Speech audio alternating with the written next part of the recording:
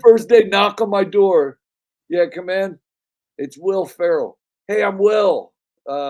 What's your name? Where are you from, man? Welcome to the show. I go, I'm from Houston.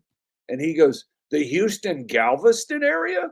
I go, yes, the Houston Galveston area. And so just the biggest cast member comes, introduces himself, and is funny and nice to me. And then after our first commercial parodies, and I wrote one, and it was back long distance. This is 98. Long distance, they all started. It's when everybody had cards before cell phones, but everyone had cards, and all the numbers started 1010, and then it was a series of numbers. And then so I wrote one where it was basically easy to remember because it was 1010, 1776, when we signed the Declaration of Independence. And then everything after that was horrible dates in America. 1848, the Indian Removal Act, where Andrew Jackson, so it's all this. And then there's a Vietnam one, and then it gets silly. 3, Daryl Monica's number. And then so-and-so. So the head writer, Adam McKay, who I think is a Philly boy. I used to hang out with him. Dude, oh my God, he's a genius. He came into me and goes, he goes, I'll be honest with you. You were coming from Leno, and I wasn't excited about you working here, but I really loved you. So that happened. That the first week I wrote something that a guy who I didn't know at the time was just a genius. Loved my stuff. This is Coop's Comedy Corner. Buckle up because it's funny as Coop's Comedy Corner.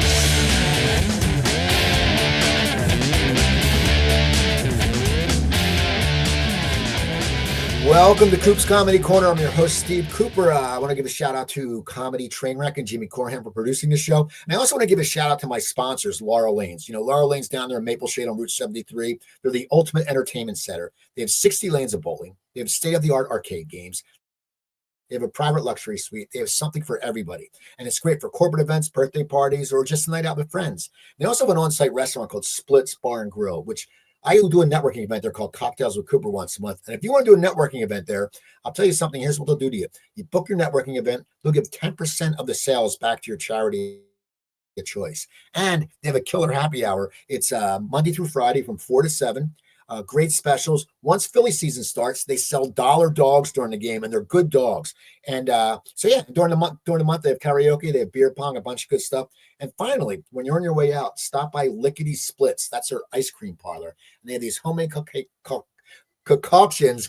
I can't even say it, people. Concoctions. And they actually have one that has liquor in it. They have a bunch of. I've had the butter pecan bourbon. It's good. So please go check out Splits down there on Route 73 in Maple Shade, Laurel Lanes, Splits Bar and Grill. Go to laurellainsnj.com. Anyway, we have a great show tonight. I've known this guy for a while. I met him years ago. We were doing stand-up together. I think it was a Chip Franklin run. It was somewhere in Maryland. Yeah, it was. And after the show, we were drinking beers, and somehow we were talking about Procol Harum's Whiter Shades of Pale. And all of a sudden, he was the headliner, I was the feature, and he put it on a jukebox, and he goes, "Oh, I take care of my features." And it's Sean Shannon. What's up, T? How you doing, man? I'm doing really good. How about you? Good. It's funny. I still remember that night. It was one of those things we worked like 4 nights, and it was like in Frederick, Maryland, or something like that. And there were like bars, and I think there was a crab house. But I met you then. But your reputation preceded you because you were a hot shot guy out of Houston at the time, right? Yeah. With the whole Houston scene was hot because of Bill Hicks and the Outlaw Comics. So yeah, so that was cool. That was a great place to start stand up. Now tell me about that. So what made you decide to start, and who was around there when you were doing your first open mics and stuff like that? Okay, so I have an older brother named Charlie who wanted to be a comedian, and he was like my hero. And he knew he wanted to be a comedian when he was like 16 or 17. And then I'm 10 and I want to be him. So I want to be a comedian when I'm 10. And so I remember watching Carson for comedians. I remember watching anything I could get. There was also Make Me Laugh was on back then. I remember I loved Shanling. I loved Gallagher. There were so many good people on there, really funny. And so when I'm 17, there's a special on Showtime, and it was David Steinbrenner. Is that his name? The guy who, the famous comedian, Second City guy? Is Wait, that his name? not David Brenner? No. No, not David Brenner. David Stein. Was it Steinbrenner? I don't remember. He was. Rick Moranis did an impression of him on Second City. Steinberg, maybe? I don't remember. Maybe, I'm not sure. Okay, so he hosted this HBO show or Showtime show, and it did all the funniest people, and it showed where Steve Middleman beat Eddie Murphy and the funniest person in New York. And so they showed all these comedians, and at the end of the thing, he goes, "This might look easy, but these are the Babe Ruths and Henry Aarons of comedy."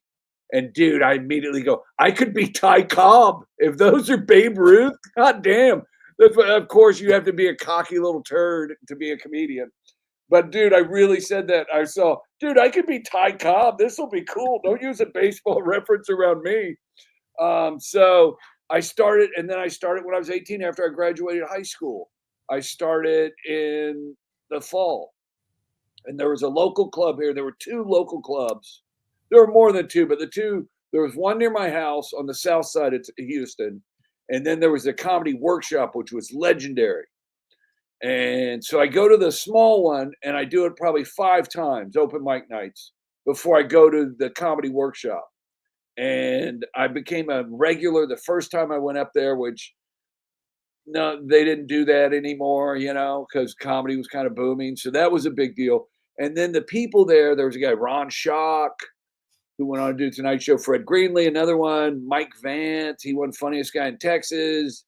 And then the cornerstone is Bill Hicks, who is just brilliant beyond belief, and Jimmy Pineapple, Andy Huggins. So there's all these great comedians when I start doing comedy.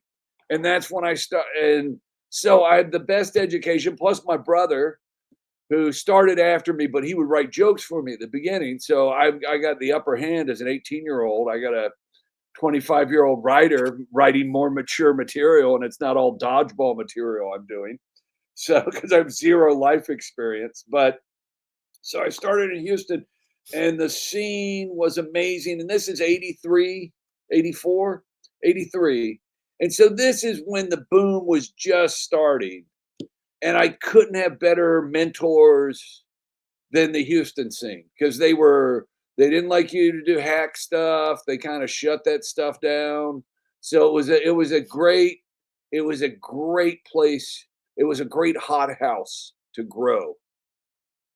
Now, what did you have a relationship? It's like a friendly relationship with Hicks. I mean, did you know him pretty well? No, yeah. Me and Hicks were buddies, and it was such a small scene. Everybody was buddies with Hicks, and you always felt like you were Bill Hicks's best friend. So at Bill Hicks's funeral, it was so funny. But 3 or 4 different guys got up and go, "I was Bill Hicks's best friend," and then 2 guys later, I was actually Bill Hicks's, and that's just how you felt around the guy. Dude, he was and he really did take me under his wing. And he was like the youngest guy near me. Almost all those other guys were a year or 2 or even 10 years older than him. And he was just, dude, he was so mature and big world picture before. And he was just a blessed dude. He was just amazing. What do you think made him so good on stage? You hear people talk different things, and I saw him. I remember I saw him at the Funny Bone in Philly, and I was doing a guest set because I knew the factory outlet and the works were going to close soon, so I wanted to get in there. And I still remember I walked up and he goes, "Yeah," pointing at me, he goes, "Good shit." And I was like, "All right, cool. Hicks like my stuff." But what do you think? I mean, because I heard in the early days, like he would walk rooms, but he didn't give a shit. He didn't give a shit. He would walk rooms. And he was so passionate. And I remember I brought people to see him. I go, "You got to see this guy." And the night they saw him, they were going, "Oh, you're so much funnier. This guy's not funny." And I went, "Yeah, nah, he is. Tonight wasn't the night." And it wasn't, and whatever it was. And also that gave me a freedom to learn from someone like that to where it was more than laughs, but laughs were important.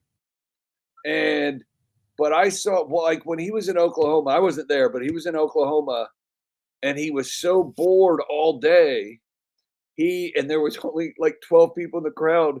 And he even told him, he goes, I'm just gonna go until everyone leaves. Because all I'm doing is going back to an apartment. I don't like watching TV. So he was no, he would walk people, but it wasn't like walking people to be, cool or anything. And sometimes it would be religious stuff, and then people would get offended. But he found his crowd. And it was a very like it was Houston, and so it could be conservative in that respect. And then we had all the one-nighters around here. And sometimes you could go to a small town that was super, conservative Christian, and they would get mad or stuff. But like he never went up to walk people.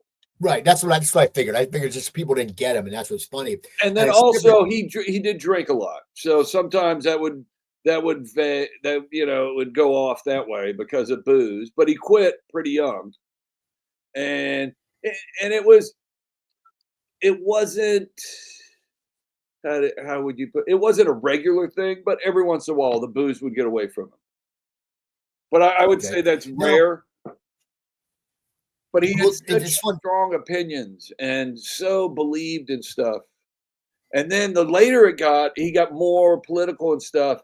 But I tell you, when he was just doing jokes and didn't get into the politics or any of that stuff, some of the most clever jokes, just so smart and just crazy good.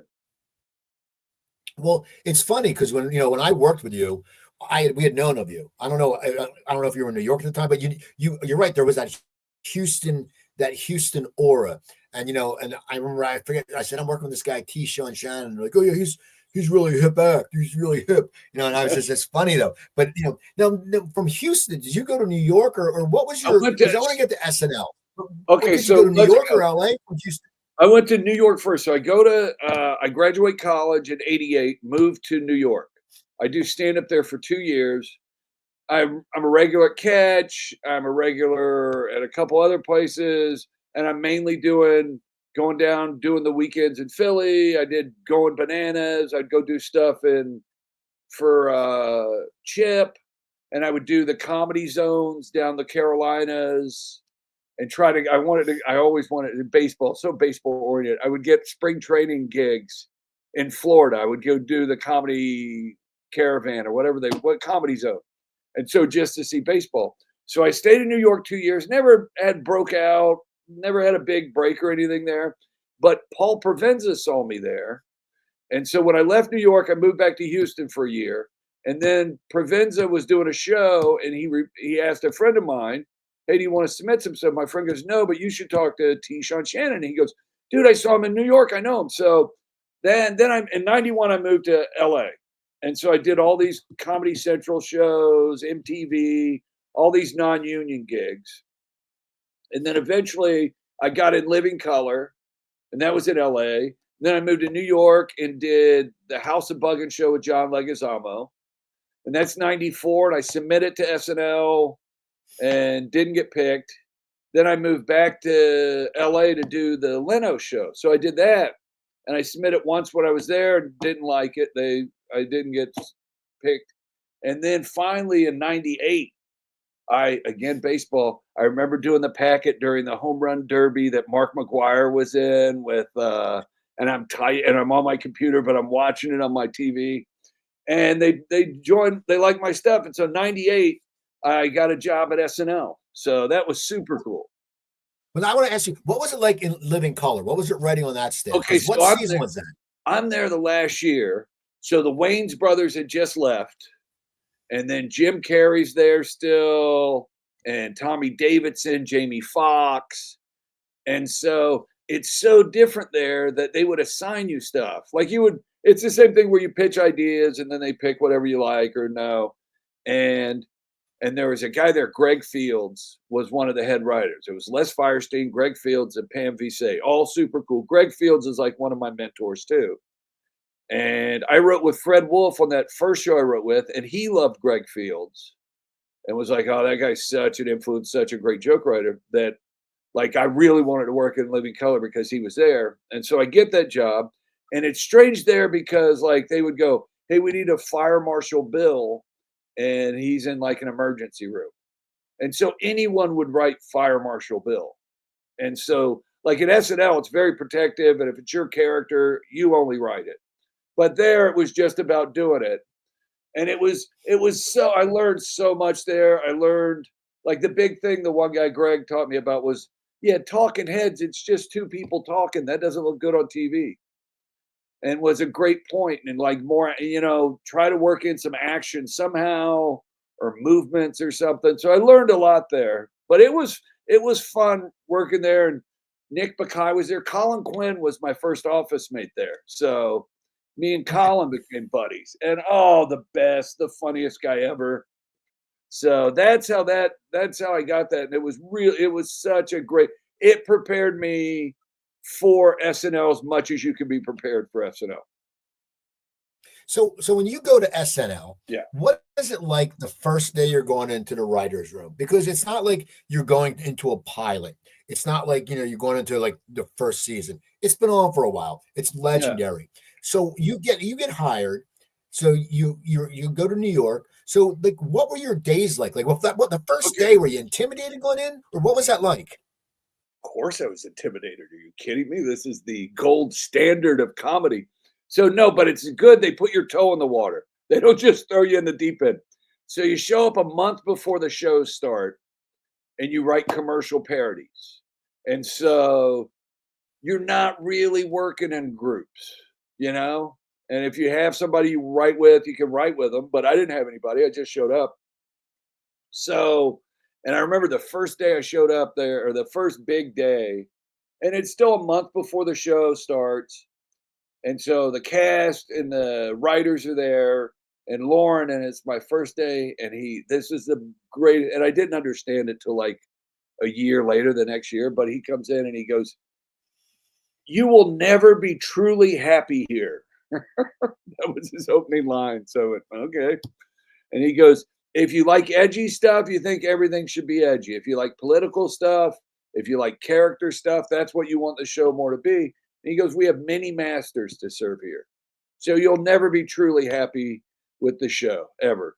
Just know that." So, and I didn't understand that until a year later. I'm like, no, I'll be happy. But no, so the first month is like, it's kind of, you're going underwater and getting used to being decompressed or whatever. So it's nothing too fast. And you're writing commercial parodies. Coolest thing, my first day,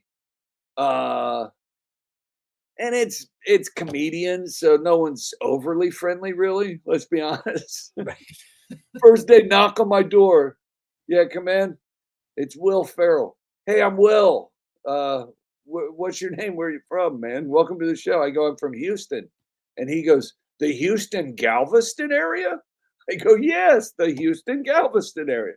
And so just the biggest cast member comes, introduces himself, and is funny and nice to me. And then after our first commercial parodies, and I wrote one, and it was back long distance. This is 98. Long distance, they all started. It's when everybody had cards before cell phones, but everyone had cards, and all the numbers started 1010, and then it was a series of numbers. And then so I wrote one where it was basically easy to remember because it was 1010, 1776, when we signed the Declaration of Independence. And then everything after that was horrible dates in America. 1848, the Indian Removal Act, where Andrew Jackson, so it's all this. And then there's a Vietnam one, and then it gets silly. 3, Daryl Monica's number. And then so-and-so. So the head writer, Adam McKay, who I think is a Philly boy. I used to hang out with him. Dude, oh my God, he's a genius. He came into me and goes, he goes, "I'll be honest with you. You were coming from Leno, and I wasn't excited about you working here, but I really loved you." So that happened. That the first week I wrote something that a guy who I didn't know at the time was just a genius, loved my stuff, was super cool.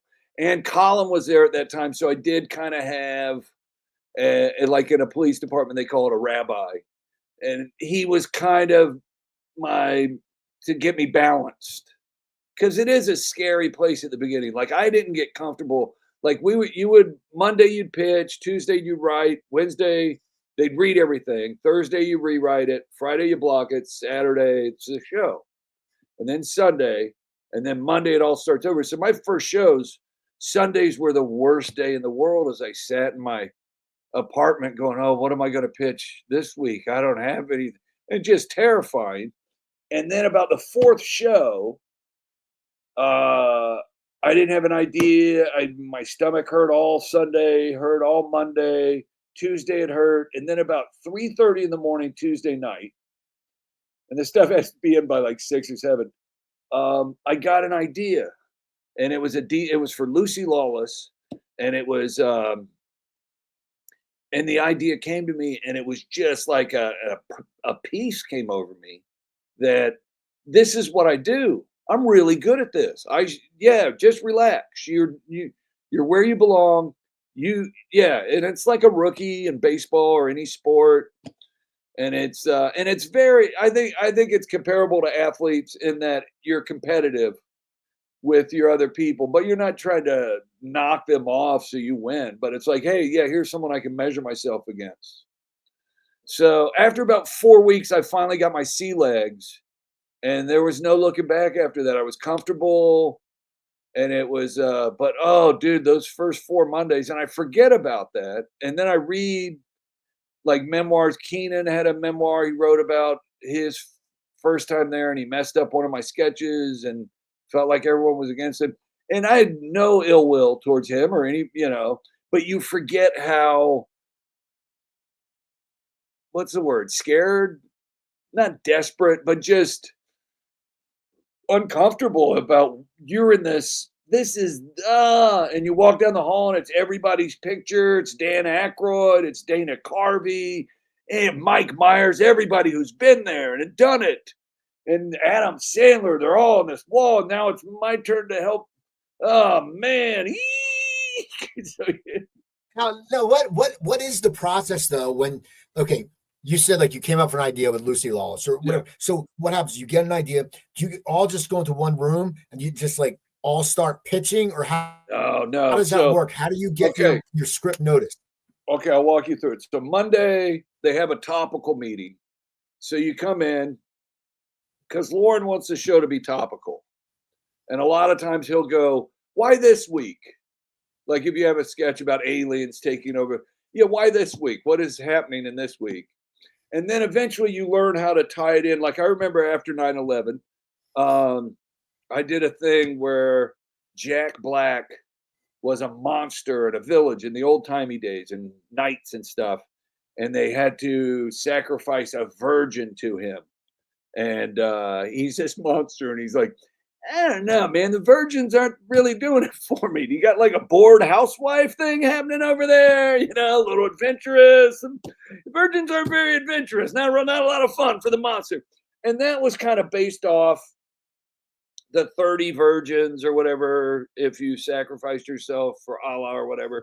So that was kind of how topical could be, where you could explain stuff that's not dead on, but makes sense for that time period, because that was in the zeitgeist, as Lauren said, which I didn't know what meant, but it meant in the air.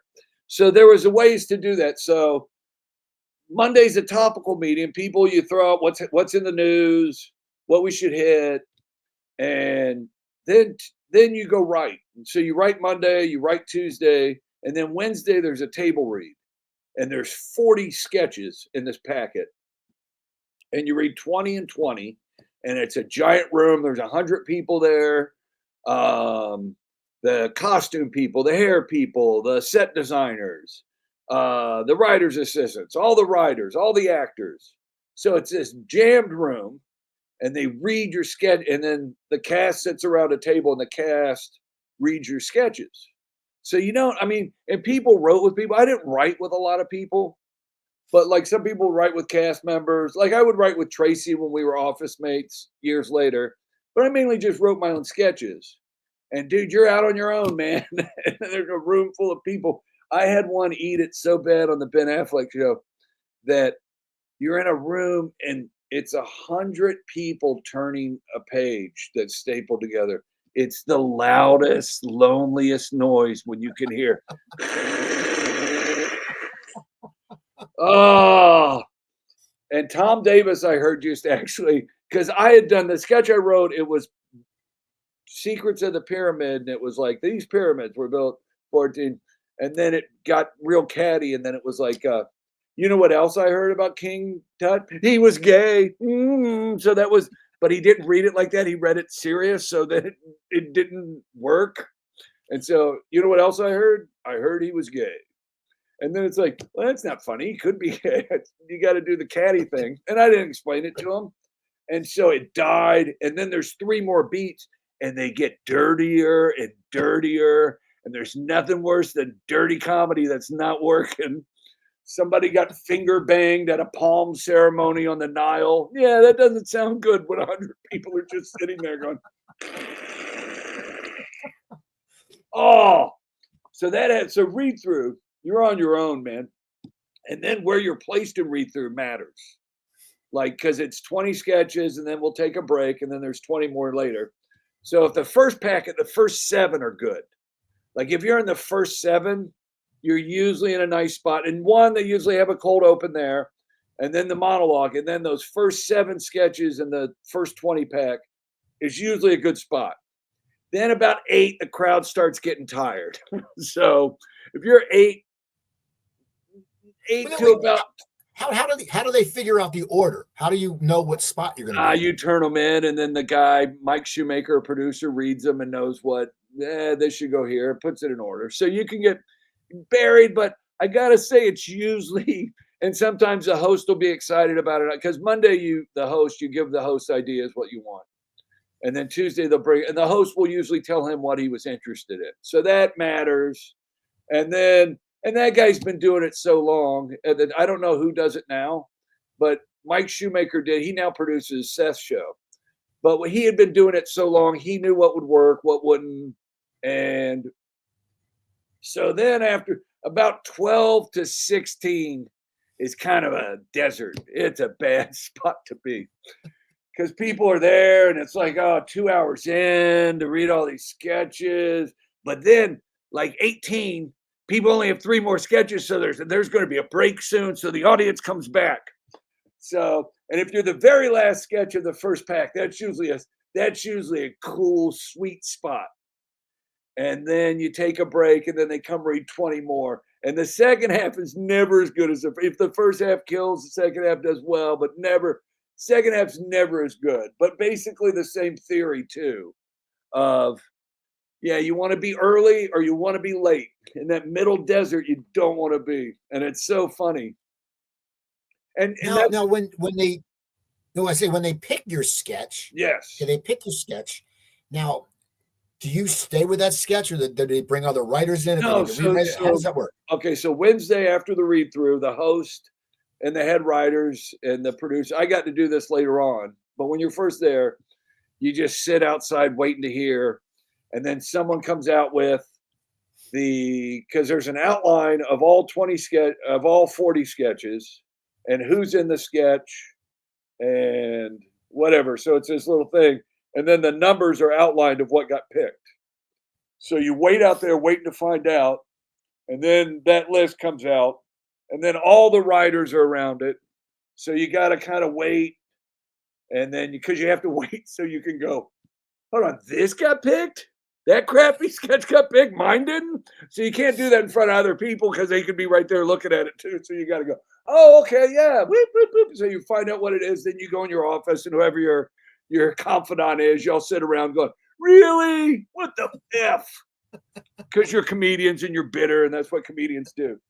And so then you go that night, Wednesday, if your sketch gets picked, you go to the costume, the Tom Broker, who's this great costume guy.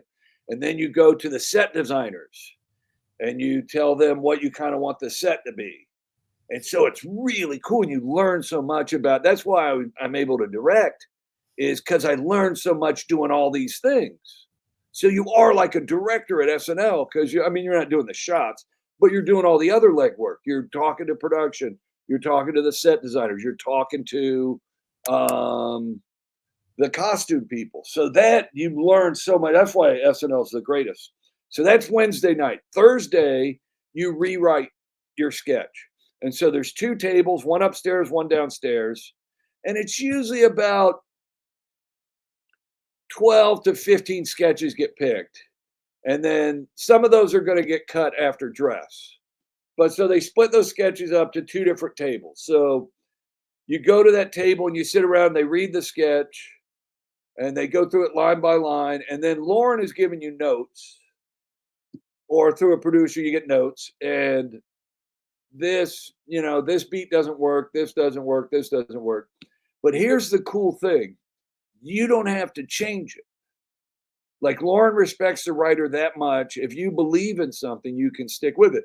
That said, it can easily get cut if you don't do, especially if it doesn't work.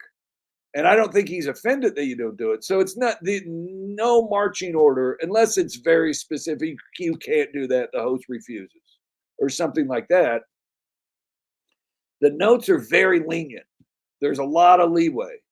And so Thursday, you go in and you rewrite it with a group of people, and they're funny. And then a lot of people get married to stuff because we're comedians and we're married to stuff. And it's hard at first to let go, but the longer, again, I'll say I was probably there a year and a half before I was able to clearly hear notes people were giving me, but it's really cool because you rewrite it all Thursday. And you got a ton of people helping you. Like McKay ran a table when I was first there. Oh my God, that guy's ideas were so great. And it was like one of his biggest strengths. This is one of his biggest strengths too. He's a great laugher. And I think to be a head writer, you have to be a great laugher. You got to be able to laugh across the board, not at just your style of comedy, but all styles. And he was great at that. But also he was great about doing references without overthinking them. And they would be super funny because a lot of times people sit there, what should his t-shirt say? And you spend there for 30 minutes, people saying dumb ideas, and it just breaks your heart. But where McKay would be, hey, you should have "I'm with stupid" shirt. And then you move on. And it does work. Almost all of them, you go, yeah, it's perfect. That guy should have an "I'm with stupid" shirt or whatever. So that's Thursday. And then Friday, you block it. And then Saturday at the dress rehearsal, they have a show at 8. And you have to sit next to Lauren, and he'll give you notes as you're watching it. And you're wearing headphones underneath the bleachers. And he'll give you notes. And then if he's in a bad mood, it's always he's going to say snarky things. And he does it to everybody too, like Tom Broker, the wardrobe guy. He would call him over. Hey, Tom, real quick, is this red tie co-starring in the sketch? Can we lose it? Look how bright it is. That's all I can see. So it's always funny. Dude, he was so funny. Lauren under the bleachers. And especially if he was grumpy. Oh, it was funny. Dude, one guy used to write anti-jokes. And it would be like, thank you very little. Those type of things, And he wrote this monologue that didn't go well. And it was Joan Allen was from Steppenwolf Theater, but she was talking like she was from the band Steppenwolf. And it wasn't going well. And Lauren's under the bleachers and he's watching it. And he turns to the guy, he goes, wow, the monologue is killing. Oh, wait, it's not. So he used the guy's own style of joke and gutted him with it. And I was like, oh. So then, okay, so you did the dress rehearsal. So what's it like before the show starts? Are the writers now going, we're done, we're fucking out of here? No, well, you got to change. What happens? So there, Lauren will give you notes that you have to take. And it'll be like, we have to lose 2 minutes. I would suggest this chunk and this chunk. And there's Steve Higgins, the producer, is there going through it too. And so, and he has the notes he's made during thing, and he goes, and so you're in Lauren's office, all the writers are in there. If you don't have a sketch, as a writer, I usually don't go in there just because it's so crowded. But the host is there and they go through. So then you got to make changes. So this happens at like 10:15, the meeting. So now you got, and then 10:30 it's over. And so now you got an hour and you got to go to cue cards to make sure they know the changes. You got to go to the script department to show them what you're cutting so the director knows what's going on. So it's very busy if you have a sketch between dress and air, because you got to go make sure everybody got the changes. Cue cards, script relates to the director and production. So, and then, but once that happens, yeah, it's to the gods. Once 11:30, you don't do nothing, Every once in a while, every once in a blue moon, he would come back and go, we need to lose a minute out of your sketch because of time, or we got to cut the whole thing. And then you would go, okay. And then you would find one more beat to cut just so the show fits into the hour and a half or whatever. But after that, like if I didn't have anything on, I would go back because they tape on the 8th floor and then your office is on 17. And I would usually go back. There was a writer's room down there, but it was uncomfortable and I didn't like watching the show because then that's where you would put guests too. So I never was comfortable there. So if I didn't have anything on, I would usually go up to my office on 17th and watch the show. But So okay. So after your first year, now I know you said you shared an office with Tracy Morgan. Now, what season was that, and how did that happen? Okay, so my first season, it's me, Jimmy Fallon, and Horatio Sands in the same office. We're all new guys. So that's the first year. I don't know how long that lasts. Then me and Tracy get put in the same office. So that's cool. Or I think those two guys got their own office somewhere. And then Tracy came into, it wasn't my office, but it was where I was already. And so then we shared together. And then Tracy left, and then Scott Wainio, one might have came before the other. I don't know. And then eventually I got my own office, which was smaller and narrow, which was fun. And I write alone a lot. So I like that. So Tracy would never write. Tracy would come, and I wrote for Tracy a ton.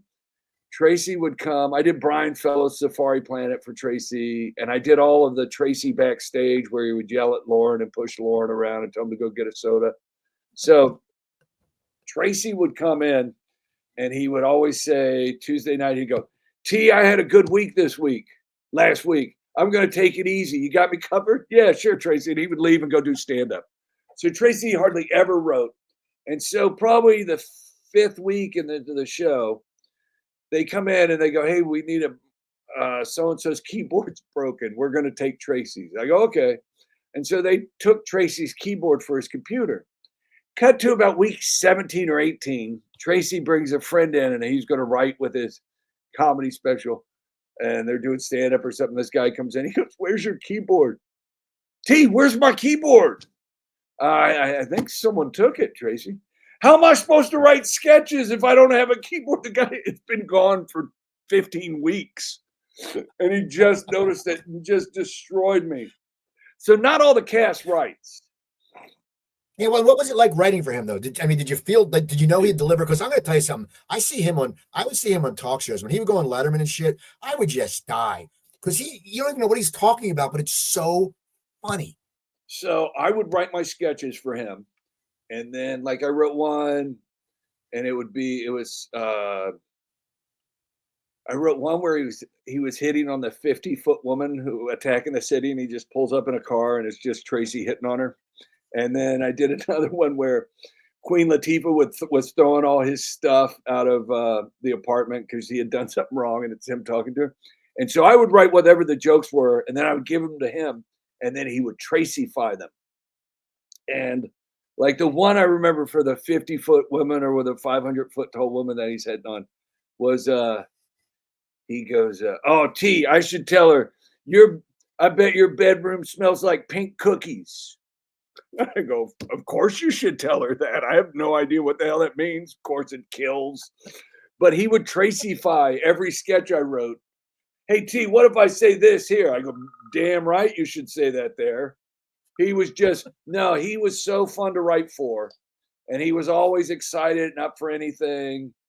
And just, dude, there's like he's like a live wire when you're in the room with him. It's like there's an electricity, and you don't know what it is, but it's engaging, and I find that more side guys in movies are like that. Have that like Chris Kattan had that too, and it's just a weird and you can lead sketches, but I think in movies it's even better if you're the side guy because you got like Rodney and Caddyshack. There's just an electricity, and it's that's kind of a vague way. I don't know how to describe it in words, but it's a live wire to where you're like, what's this guy going to do? It's exciting. So you said you eventually got your own office. Yeah. Now, what season was that? When were you now? Dude, where were you? I was there 8 seasons. I know I had it for the last 3 years, I think. So probably after 5 years. And Now, sharing an office wasn't bad. I never had a roommate. There was never, and I would stay super late. I would write on Mondays. Not a lot of people wrote on Mondays. So I always had alone time, no matter if I had office mates or not.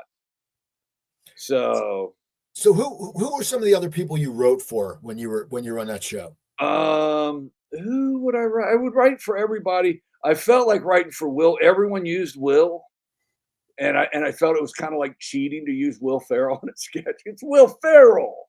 He gets everything, man. So I didn't shy away, but I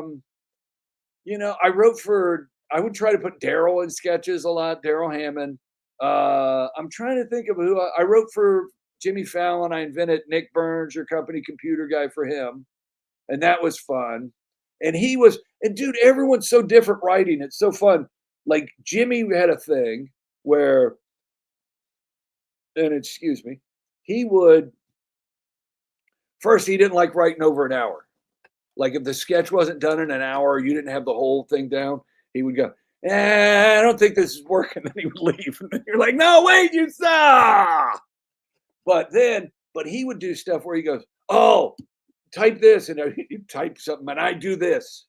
And then the first time I'm typing it, I must have had a look on my face. And he goes, no, I know it doesn't sound like it, but it's going to work. Trust me, I know what works and that will work. And he was genius at knowing what he could do and would kill. That even if I didn't get it, and I saw it once, he told me that once, I was still doubtful and typed it. It worked, whatever it was. And then from then on, anytime he goes, it'll work, I go, bah, it'll work. Let's type it. So it's fun to write with people like that. And then periodically, if you're just sitting around on Monday shooting the shit with someone and y'all start riffing on an idea, you would go write with that person, another writer. But I wrote alone a lot because of stand-up. I'm such a lone wolf, in your years there, was there any cool guest host that you got to meet and write for, and you were just like, holy shit, I'm meeting this person? Because there's so many amazing hosts. Yeah. So first of all, the one thing, what host you hate? Didn't hate any host. Most people, I'll say all people, were on their best behavior when they came to that show because it was already established. It was, it was the cat's pajamas, So if you can't come in and be bratty, you're not bigger than the show. The show's bigger than you. So like Alec Baldwin, John Goodman, all the time, Christopher Walken, like those are just brilliant. How can you not be happy? And they would come to your office and you'd pitch them the ideas on Tuesday and they would go, okay. And so my favorite hosts were actually athletes and politicians because they didn't have, not goals. They didn't have, ideas of what they wanted to do that weren't like most pretty actresses would come in and go, I want to play a little girl. Oh, really? Or the other thing is, check this out. I can play someone ugly. No, you're still a hot girl wearing glasses. You're not ugly. So those were always frustrating. But then you would hook up, like me, people I've just bonded with immediately was Bill Paxton was one. He was from Texas, and we talked about Texas forever. And he goes, I want to do a Ted Nugent show. And I'm like, all right, a Ted Nugent show. So I wrote him a Ted Nugent talk show. and we just hit it off. So that was fun. Hugh Jackman was another guy I hit it off with who loved I did Christmas Kangaroo, which is really Christmas in Australia. It's worth looking up. And we hit it off. So there are people you'd hit it off with. Callista Flockhart. Oh my God, she was so cool and funny. So yeah, there's people I loved that there was something where you clicked with it, And it didn't happen it didn't have much. It was friendly with everybody. You know who was a good host in that he didn't waste your time was Donald Trump. So he came in, and I wrote one where he was, it was the Prince and the Pauper, basically, and Daryl looked like him and was the janitor. Or no, Trump was the janitor, Daryl was the bigwig, and they were going to switch spots or whatever. And that was kind of fun. But also I pitched him an idea where it was, I go, okay, you're a tattoo artist, but you're a purist and you hate how many people have tattoos now, so you'll only do face tattoos. And he just goes, I'm not doing that. Perfect. Where other like an actor host would try to be nice and go, oh, that sounds fun, and then leave your room and go, I'm not doing that. And you spend 8 hours writing a gosh darn tattoo sketch that he has no intention of doing. So I liked hosts who were honest. We go, yeah, I don't want to do that. So Your Honor, well, you want an Emmy. What's it like winning an Emmy? Dude, it's as cool as it gets. I'm in a tuxedo. My lady gets all dolled up. We go down there, and we had been nominated the year before, but it was after 9/11, so I think you had to wear short pants or something. I don't know. It wasn't. No one was in a tux. It wasn't televised. It was weird, and we were nominated. We didn't win, and so the next year I didn't think we were going to win. So it was fun going down there or whatever, and then we ended up winning, and it was really cool. And then I forgot to call my family to tell them I was going to the Emmys because I didn't think we were going to win. And then my sister found out the next day, hey, your brother won an Emmy. That must have been exciting. I saw him on TV. She was like, what? My sister Ann was furious with me. Why did you call me? I didn't think we were winning. But that was good. Yeah, dude, it was super fun. Now, what happened? Did your course run at SNL, or why did you end up leaving SNL? Dude, a little bit of both. I got to direct a movie. I'd written a movie, Harold. And so Lauren loved the script and was he actually let me make a short film about Harold. And I did that. And then the next year I did Bear Cities, which is I just love animal suits. Always have my entire Andy Williams. So when I'm a little kid, the Andy Williams show had a talking bear that always wanted cookies, and they were mean to him. And that was like a hip, subversive show, especially that Andy Williams was a host of it. But it's all these Rob Reiner type people writing for it, Smothers Brother type people. So it was like very edgy for a variety show. And they had the talking bear, and I loved it from that. And so I made the Bear City. So at the end, so I'd been there 8 years, and it was coming to that time, It felt like I'd been here enough, and I think they felt I had been there enough as well. But I got a pilot from Comedy Central to do my own show, and then also I had a chance to direct this movie. So it was, I left, so it was time to go. Well, it's funny about Harold because I was telling Jimmy, the producer, before that when I was in LA, on my acting resume, I put Harold. And I made up a character just because if they ever said to Sean Shannon, do you know who he is? He goes, yeah, just like Steve Strovan directed Wendell and Vinny or something like that. Or Vinny and Fred and Vinny. So I knew Steve. I just put characters down because I know if an agent called you and said, that's great. I know this guy in this movie, you would go, oh, I know Coop. Yeah. I know Coop. Yeah, he was great. Dude, you know what happened with that, though? The company went bankrupt right after, not my fault, right after that movie came out, or maybe they made one more, but it's like, and then kind of it was on video, but never went anywhere. So I don't even know, I think you can buy it or stream it on something, but it never got afterlife after the original. What was it like, though, directing? Because it had Fred Willard in it. It had Ali Sheedy. It had Cuba Gooding Jr. And it's got a list of Rachel Dratch. I mean, what is that like as a director? Because you probably knew some of them through SNL or through. So I You're in was in the a sketch group in LA with Fred Willard. Him and his wife, Fred and Mary Willard, ran a sketch group, and I would work there. That was a great thing too, is in the summers off, I would go back to LA. My wife stayed in LA when I was in New York. I lived at the Chelsea Hotel when I was in New York, baby. Me and Dee Dee Ramone and all those other people, Ethan Hawke. But so I would go back to LA, and during the summer, I was in the sketch group with Fred, and I would write sketches all summer. So when I came back to SNL the next year, I had 12 sketches ready to go if I wanted to use them at any point. So I knew him.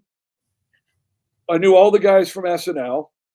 I met Cuba. I met the kid who played Harold. So it's basically a kid who has male pattern baldness, and he's in 8th grade. So very confident in the script and telling people what they do, and no one did anything crazy. Cuba Gooding Jr. was the best guy ever. Dude, so sweet, so nice to me. He's the reason it got made. Once he committed, they said yes. Phoebe Cates had a store, and I wanted her to play the mom. And I went to see her at her store, and she was so sweet to me. And she goes, "No, but I could get the script to Ali Sheedy." I went, "Okay, let's get the script to Ali Sheedy." And she was super cool. We hit it off. We're the same age or whatever. So we really hit it off.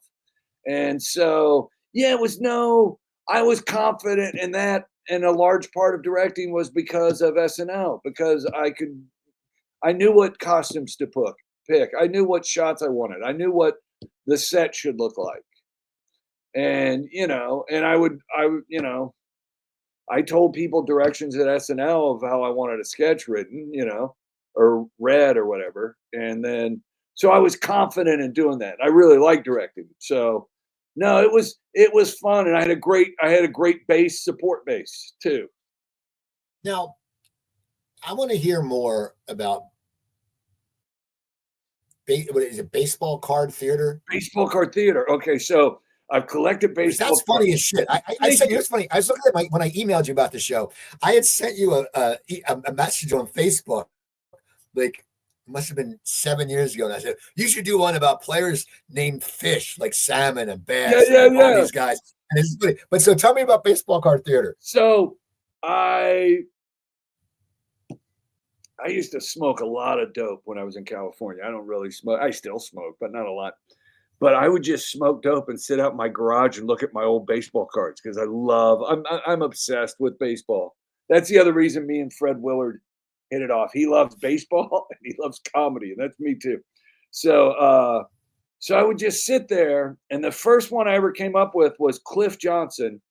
I had all these Cliff Johnson. He was a catcher, journeyman catcher, more of a bat than a catcher, but he never smiled at any of his cards. Just everyone is always just looking mean. And there's like 3 of him looking back at the umpire in the batter's box. He's like, and dude, that cracked me up.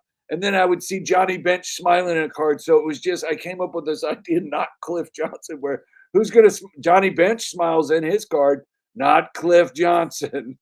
Rod Carew can smile, not Cliff Johnson. And literally there's over 30 cards of this guy. And this was before everybody had 30 cards like they do now. And it's just everyone was him. So that's where it started. And then I would sort it out. I would start seeing patterns just from sitting out there. Cause it's just so fun. And it's also part of my childhood where I was the youngest. I'm the youngest of 8, but the last 4 were the 4 little boys, me and my 3 brothers. And we all collected cards when we were kids. And so I think that's where a lot of the passion comes. It's my childhood, it's my family, and that's why. And I love baseball, so I think that's where it all comes into. But it's been fun, and I love doing it, and it's a great thing to do. Like when I first started, like 14 years ago, before phones had good cameras, I had to go down to my manager's office in LA, and they used a really big camera, they would shoot sketches and pilots on, and we would put it up as high as we could and point it straight down to get it focused, and it worked. And now I just do it with my phone. But back then it was a big ordeal to do. But I've always loved baseball cards, and I think I like combining the funny and the whatever I do. So now what made you move back to Houston, the Houston area? So I got to buy the house across the street from my brother. So it was, and I'm from Houston, and my wife's from Houston, and my little girl was 8, and so we decided to come back here, and which is kind of cool. I like it. And then whenever I would go out to LA, and I had friends I could stay with, or I was working on a show out there, or New York, but I just kind of transferred back here just to be close to my family. And I've always liked Texas. So what are you doing now? Are you still writing? I saw you. Yeah, you're doing some stand up. So I'm doing stand up. I'm doing a lot of stand up. I'm doing me and my brother. My brother's in cybersecurity, so we made these series of videos called it's what's that? I don't know what it's called, but they're training videos basically in a humorous way, and it's like I'll give you an example. So it's like, hey, are you ready? And so it's like a news format, and it's like, hey, are you ready to have fun today? Well, you came to the wrong place because we're talking about backing up your data. Now, the reason backing up, and then they explain why backing up your data is important and how to do it. And they're like a minute long. And they actually came from my brother, liked baseball card theater. He goes, dude, we could do this for cyber tips. So basically, it's cybersecurity tips for people. And we sell them to Fortune 500 companies and stuff. And it's really cool. It's training. Because anytime I've ever watched, like if you ever worked in an office and you had to do training, it's insulting how bad it is, you know? And so that was a thing. And that goes back to Hicks, where one of his mottos was, if you can't be funny, at least be interesting. And I think that's what the cybersecurity, and it gave me a chance to work with my brother, which I've always wanted to do because I'm close with my family. So here's a question. Okay. Looking back at your career, what are you most proud about in your career? Probably SNL. Just everything I accomplished there. That's the biggest stage, you know, and that was the ultimate goal. I don't know that. I would think that's it. Just right off the, I have great pride in other things. I mean, just again, boring family stuff. But like when I was at Leno, my dad loved Willie Nelson, and then when Willie Nelson was on the show, I flew my parents out, and they got to meet Willie Nelson. So that in show business is my proudest moment ever. My dad loved Willie Nelson, and Leno, the sweetest man in the world, made it happen. And like he saw my parents, he goes, because he knew that my parents loved Willie Nelson. Have you met Willie yet? No, let's go meet him. And he brings him into Willie Nelson, and Willie Nelson talked to my parents for like 5 to 10 minutes. So that's my proudest moment of show business. One final question. Okay. Now that you're doing stand up again, how has your writing style changed from when you started out? Because I know I've been getting back on stage now. I actually did a storytelling show the other night, and it was very weird because I had to come and I did like a 10-minute story about this time after I had a heart issue, I had to get Viagra. So I bought Indian Viagra from India. And I told it, and it was very different because you're telling the story. And you know how when you do comedy, you want punch, punch, punch, punch. For this, you're telling it, and you know some parts aren't a punchline. And it's very interesting. So I think, for me, I've just developed that way where I think I don't give a shit anymore. I don't worry about bookers. I don't worry about that stuff, But how has your style or writing style changed? I will agree with that, and I will say less don't care anymore, more confident that it all doesn't have to be joke, that I am funny, and I do, and we have jokes still, but we also have meaning behind the jokes. I think you get more leeway because you're confident in who you are.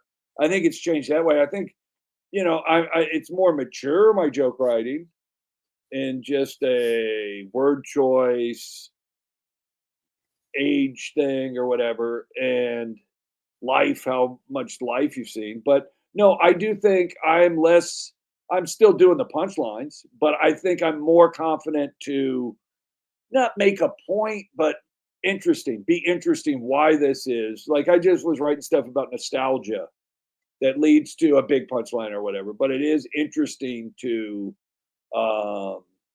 yeah. So I'll go with you, and I'll say slash don't care anymore.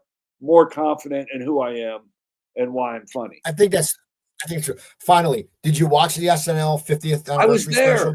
I was there. So what was that like? Where, Dude, did you get a good seat? No, I didn't get to sit in that room. I went to the after party. I went to the concert on Friday. No, I thought it was. You know what I dug about it was that they wasn't just clip packets. They tried to do stuff now with current people and past people. So I kind of like that it was a blend. And I think the newer stuff was more dedicated to more recent times, and it wasn't just a clip packet. So I thought, but dude, just that room when you see those people, Meryl Streep, Keith Richards, Jack Nicholson, it's just incredible. It's like, wow, even being in show business like we are, there's still people you see where you go, wow, I haven't been this excited in a long time. Where when we first started, we were excited to see Ken Ober. Hey, there's Ken Ober. He's from MTV Remote Control, Ken Ober. So that was fun. You know what the funniest thing about it was? Friday night they had the concert, and it was so exciting to see people I haven't seen in 20 years. And it's like, and I'm so excited. I saw the guy who produced Harold, and he's with Steve Gutenberg. And then I saw Steve Higgins, and I saw all these people I haven't seen in forever. And then Sunday night, I see people I haven't seen who didn't go to the concert. But the people I'd already seen, it was like we worked at SNL still, and I would just walk by them and go, hey, man. And so it was very funny, just one day, 2 days removed of being the most excited to see people. And then just walk, hey, man, how's it going? Hey, Will Ferrell, because I didn't see him. Well, this has been awesome, man. How can people find Baseball Card Theater? Is it on YouTube? It's on YouTube. It's my name is all T Sean Shannon, one word, but you can just type in Baseball Card Theater and you should be able to baseball card funny or whatever. But yeah, I really love doing those, and those are fun. So fun to do. And I did a football one. Did you see my football? I just did a football one that was kind of. I'll have to go check it out. Yeah, I don't have a lot of football cards. I have there's all my baseball cards back there up in boxes up into my closet. Oh, wow. That's a lot of baseball cards. It's a lot of baseball cards. I like them. So anyway, people also go see if you can find Harold. That's a fun one. It's a Christmas Kangaroo. Really go watch Christmas Kangaroo from SNL. Hugh Jackman. What else can you watch? If you're the one with Tracy Morgan, Safari Planet, where he hugs or he has an animal show. And also, if you're needing cybersecurity videos, look no further than The Greatest Training Ever. That's what my brother called the company, which I love. But